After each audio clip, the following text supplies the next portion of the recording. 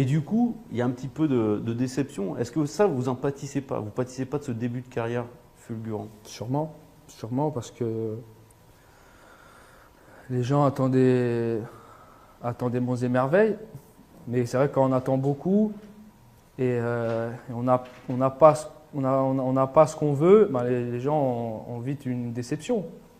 Et, et donc c'est sûr que même moi, je pense que j'aurais peut-être pu faire beaucoup plus aussi. Mais après, c'est voilà, c'est moi et je suis fier de ce que j'ai fait aujourd'hui. Mais après, tu n'as plus envie de le lâcher tant il est adorable.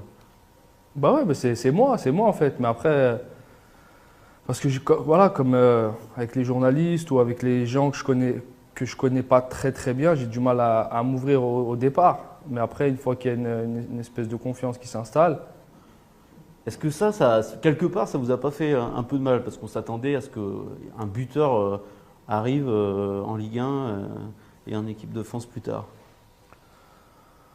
non, je pense pas parce qu'après voilà, c'était comme ça, c'était mon destin